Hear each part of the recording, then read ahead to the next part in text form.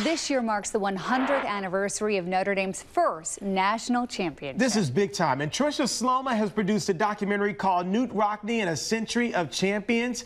Trisha has been spending the night at WNDU for the last several months. Literally. And she joins us now. You and the team have been busy, but we're so excited for this project. It's an hour-long documentary. Yes, we have been working on this for a very long time. In a moment, I'll talk about what inspired this. But this is a peek at the past, that first championship and the winning coaches that followed.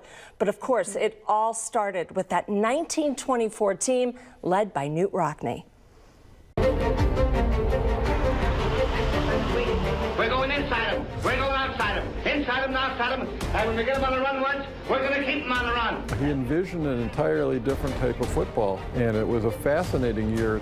Right here was the site of the South Bend Klan headquarters in 1924, and that was a focal point of the riots where the students gathered and eventually kind of had that building under siege. And the 1924 team is the first football team of any kind to play games in New York City, Chicago, and the Los Angeles area in the same season. Outlined against a blue-gray October sky, the Four Horsemen rode again. There were four incredible athletes playing for a coach who envisioned how they could work together and be nearly unstoppable. Not only will you learn the real story behind the Four Horsemen and their charismatic leader, I'll highlight the other Notre Dame football coaches who led their teams to national championships by talking to family members, players, and the coaches themselves. There's Leahy. I am the only Leahy to go to Notre Dame, play football, and not win a national championship. Parsegan. How does it feel for you to be seen as the person who saved Notre Dame football? Oh gosh, I don't feel like I saved Notre Dame football. Divine. I think I've blocked an extra point and got a fumble, and it just seemed like everything was going back our way. And Holtz. You don't come to Notre Dame to win some of the games. You don't come to Notre Dame to win most of the game. You come to Notre Dame to win all the games.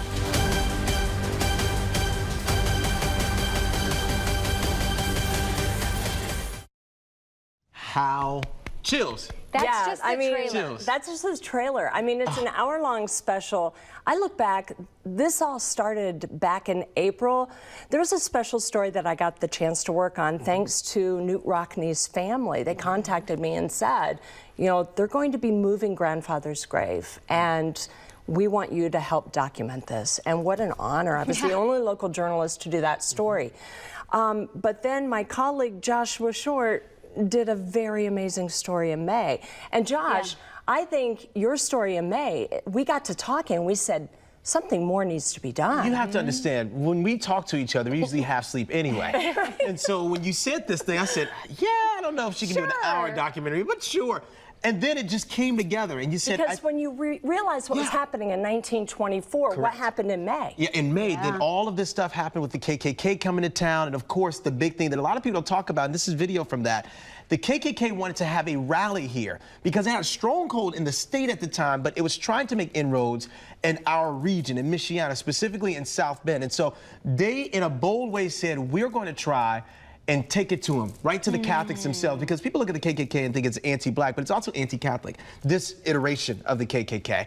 And in that year, which was a pivotal year for the university and for the football team, became a pivotal year in what we see in how the university and its students, and Knute Rockne came in to keep them and thwarted them from making inroads. You know, correct me if I'm wrong, isn't that how it solidified the fighting Irish in that fight that happened in history? And this is what she talked about. Trisha and I had that conversation. She said, I think this could be something more. Wow. And the rest really is history. So I got to digging a little bit more after that, and Joshua's story ran, and I realized just how important Knute Rockne was to this area. Do you realize his connection with Studebaker?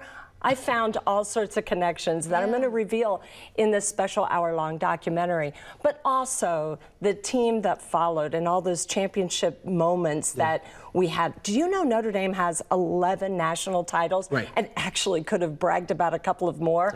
But these teams that followed by some amazing coaches, and we're going to be going into it. I had an amazing team. I think we have some pictures of some of these guys that are working hard behind the scenes. I have to give a shout out today. Well, of course, I went down to visit Lou Holtz in his office. Caleb Steensma working the camera. We had to put together a makeshift tripod. Talk about why that was. Because our tripod was left at the Charlotte airport. It somehow didn't make it through. We have other pictures as well. Don Schoenfeld, Tyler Woods, Caleb Steensma. There's Tyler working hard on the Four Horsemen piece. I mean, people have to realize what was happening in that 1924 team. Here we have Don Schoenfeld. Chief photog. Yep, and he's our chief photog, but he is working hard. He has been, you know, step for step on this. But our archivist here, come on, Jeannie Coach, O'Brien, working so hard. Has she seen her shadow yet or no? No, I don't think she's coming up for air just yet. But my thanks and appreciation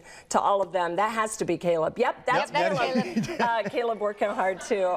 Caleb got to travel with me that one-day shoot in and out Florida. We did it in one day. Wow. But there are so many things you're going to learn from this piece, Century of Champions. You're going to see this. This airs November 22nd at 7 p.m. How special. And you did over 16 interviews. I mean, we saw a few faces in that quick teaser. Yeah. Talk about some of the interviews you have without giving too much away. Without giving too much away. Some people, obviously, we talked to Lou Holtz. But what I think people are going to be surprised to learn is that Dan Devine Jr., Dan Devine passed away. He was the coach of that 77 championship team. I interview his son, kind of set the story straight about the Rudy movie. But I also talked to Bob Golick for that piece, and that was special.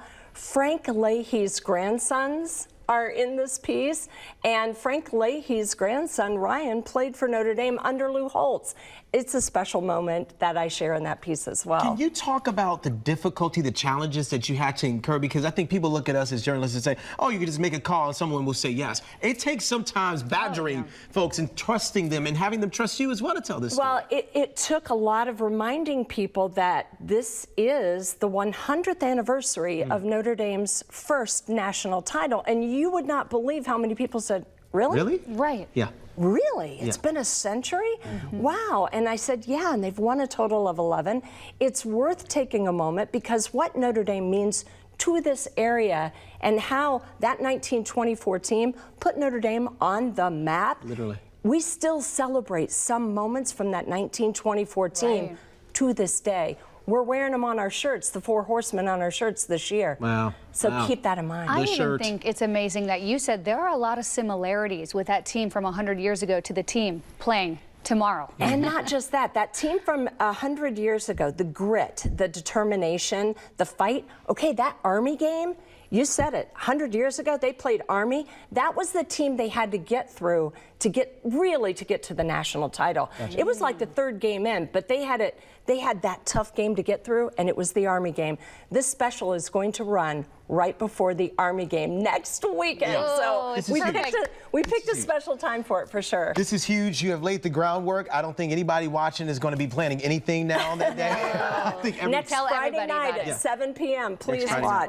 Next Friday. We know you've been working so hard. I'm proud of this team, this entire team here at WNDU. And what better station to tell this story? We have it right here. We've got to do it. We're proud of it. We've got to do it. Trisha, thank you so much for doing this. Thank you. I don't know if we can bring up that slate again, showing the time. There it is right there. You don't need to look at me. We need to look at the Four Horsemen. No, yes, we do. Century of Champions, November 22nd, right here on WNDU at 7 o'clock Eastern Time, right ahead of the Army game. Perfect timing for this piece to air. Thank you, Trisha, and thank you to the rest of the team as well. Can't wait for it. We will be right back. Stay there.